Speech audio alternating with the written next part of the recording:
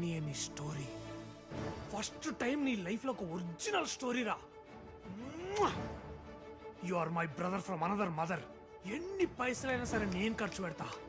నా ఆస్తులు అమ్మైనా సరే ఐ ప్రొడ్యూస్ దిస్ ప్రాజెక్ట్. ఏమంటావు? ఏమంటారా?